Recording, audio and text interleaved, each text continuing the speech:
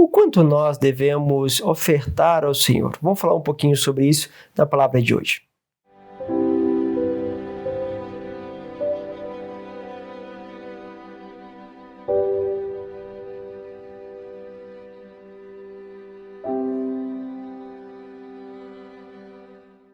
Em nome do Pai, do Filho e do Espírito Santo.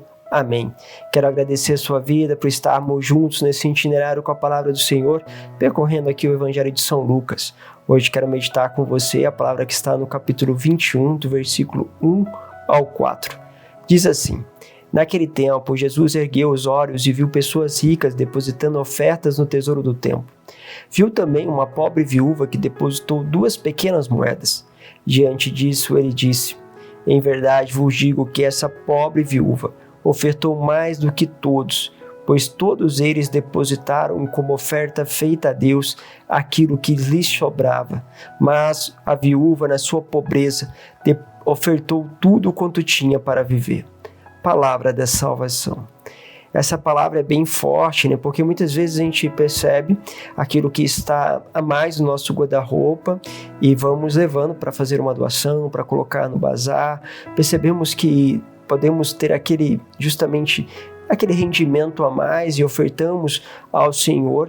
Às vezes ainda acontece de ter estas possibilidades e não fazer a oferta. Deixamos a roupa, nosso armário ali muito tempo, às vezes se perdendo, quando ela poderia ser uma fonte de receita para a igreja ou poderia ajudar outras pessoas carentes. Deixamos de dar aquela renda e por outras vezes nós costumamos ver quando a coisa aperta, a primeira coisa que nós deixamos de fazer as ofertas no templo. Isso acontece e é uma realidade, mas essa viúva ela escandaliza porque está dizendo que ela não está dando aquilo que está sobrando. Ela está dando aquilo que é necessário. E pense bem que a condição da viúva pobre é uma condição muito difícil. Em que sentido? Geralmente as mulheres não trabalhavam, não tinham renda, dependiam do recurso, né, que chegava do esposo. Então, por ela estar viúva, se tinha um pouco mais de idade, se não tivesse alguém da família, um filho para sustentar, provavelmente não tinha de onde conseguir muitos recursos. Teria que sair pedindo, mas ela não para. E quantas vezes a gente viu moradores de rua ofertarem tudo que tinham? Você vai na rua, eles ofertam o melhor espaço, ofertam o que eles têm. Quantas vezes nós na rua não precisamos nem sair correndo atrás de comida, porque logo eles vão atrás, né, da comida e nos dão. E quando tem pouca comida, eles geralmente deixam de comer para nos doar. Ou seja, aquilo que era necessário para ele dá a outros. Quantas vezes nós vimos pessoas extremamente pobres darem um recurso que nos escandaliza? Lembro uma vez que estava fazendo uma missão itinerante, onde nós saímos sem nada no bolso, somente com a palavra de Deus, pedindo a Deus que possa nos levar aonde Ele bem entender, e fui bater num cortiço bem pobre que tem ali perto, para quem conhece São Paulo, perto da Basílica de São Bento, no centro. E aquelas pessoas me escandalizaram porque eu pedi a elas de poderem me ajudar.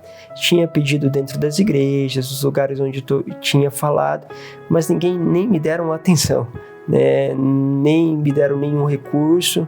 E foi justamente os pobres que acreditaram naquela missão e deram valor alto. Naquela época era um recurso alto, R$50. Creio que se a gente pegar a inflação, estou falando aqui de uma experiência já antiga, de 12 anos atrás, creio que se nós pegássemos a inflação deste tempo, provavelmente isso seria R$100, pelo menos. O que acontece? Dificilmente alguém te dá 10, 15 reais. Quando você vê uma pessoa que não tem recurso, te dá algo que seria fundamental para a sobrevivência dele, porque acredita em você e te escandaliza.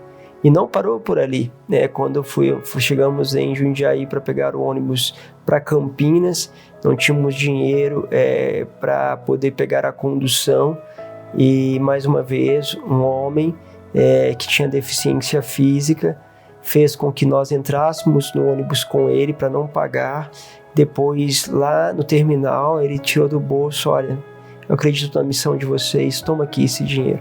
E deu também, nas suas limitações, mais outro recurso. O recurso que nós, então, chegamos para fazer a evangelização, todo ele adivinha dos pobres. Isso nos toca profundamente, chama atenção. Eu fico vendo isso, quanto isso era para mim uma experiência de despojamento, de cuidado daqueles que menos tinham, e ficou marcado. E agora imagine isso diante dos olhos de Deus, como isso marca o Senhor.